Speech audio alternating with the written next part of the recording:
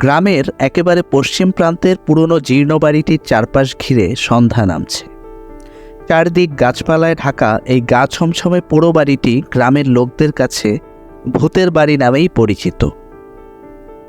গা ছমছমে এই বাড়িটির কাছে দিনের আলোতেই কেউ আসে না, কিন্তু শহর থেকে আসা অন্বেষা, রুদ্র আর তাদের বন্ধু তুহিন এসব কুসংস্কারে বিশ্বাস করে না। তারা ঠিক করলো বাড়িটির রহস্য তারা উদ্ঘাটন করেই ছাড়বে। সন্ধ্যার পরই তারা তিনজন টর্চ লাইট নিয়ে সেখানে পৌঁছল। বাড়ির আঙিনায় পা রাখতেই তারা অনুভব করল চারপাশে যেন এক অদ্ভুত শীতলতা। প্রতি পদক্ষেপেই অন্বেষার মনে হচ্ছিল কেউ যেন দূর থেকে তাদের লক্ষ্য করছে। ব্যাপারটা বাকিদের বলতেই তুহিন হেসে উড়িয়ে দিল, বলল, এটা পুরোটাই তোর মনের ভুল। ধীরে ধীরে তারা বাড়ির দরজা ঠেলে ভিতরে প্রবেশ করল। দরজা খোলাই ছিল, কিন্তু বাড়ির ভেতরে ঢুকতেই বাতাসে কেমন যেন এক অদ্ভুত গন্ধ নাকে এলো। পচা মাংসের মতো গন্ধ। গন্ধটা কোথা থেকে আসছে সেটা বুঝতে তারা এদিক ওদিক তাকালো। সারা ঘরের মেঝেতে পুরু হয়ে ধুলো জমে আছে। হঠাৎ করে ছাদের দিক থেকে এক বিকট শব্দ ভেসে এলো। তারা ভয়ে থমকে গেল।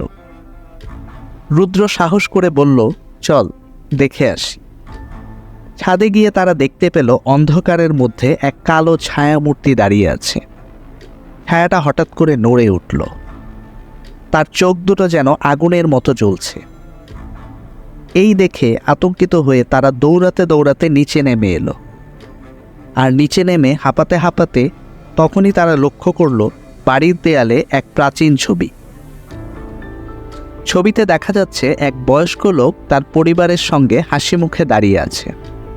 তাদের মনে পড়ে গেল গ্রামের এক প্রবীণ ব্যক্তি আজ সকালে তাদের বলেছিলেন এই বাড়ির মালিক ছিলেন জমিদার বিমলচন্দ্র রায় বাহাদুর।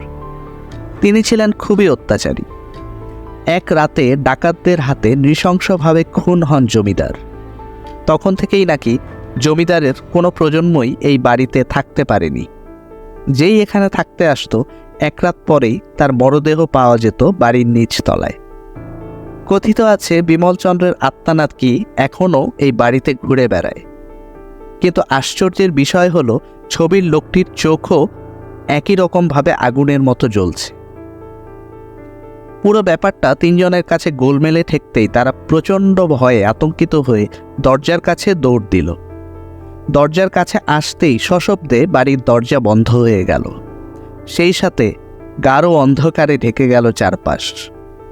সেই অন্ধকারে রক্ত জল করা এক ভয়ঙ্কর গম্ভীর শব্দ তাদের কানে এলো, এখানে কেন এসেছিস? সে রাতে আর তাদের কেউ বাড়ি ফিরতে দেখেনি। গ্রামের লোকেরা পরদিন জমিদার বাড়ির উঠোনে তাদের মৃতদেহ খুঁজে পেয়েছিল। তারা দীর্ঘশ্বাস ছেড়ে বলল, কত নিষেধ করলাম ছেলে মেয়েগুলোকে ও বাড়িতে যেও না। কে শোনে কার কথা? তারপরও গেল। ওদের কে বোঝাবে? যারা একবার এই বাড়ির ভেতরে ঢুকে তারা আর কখনো ফিরে আসে না।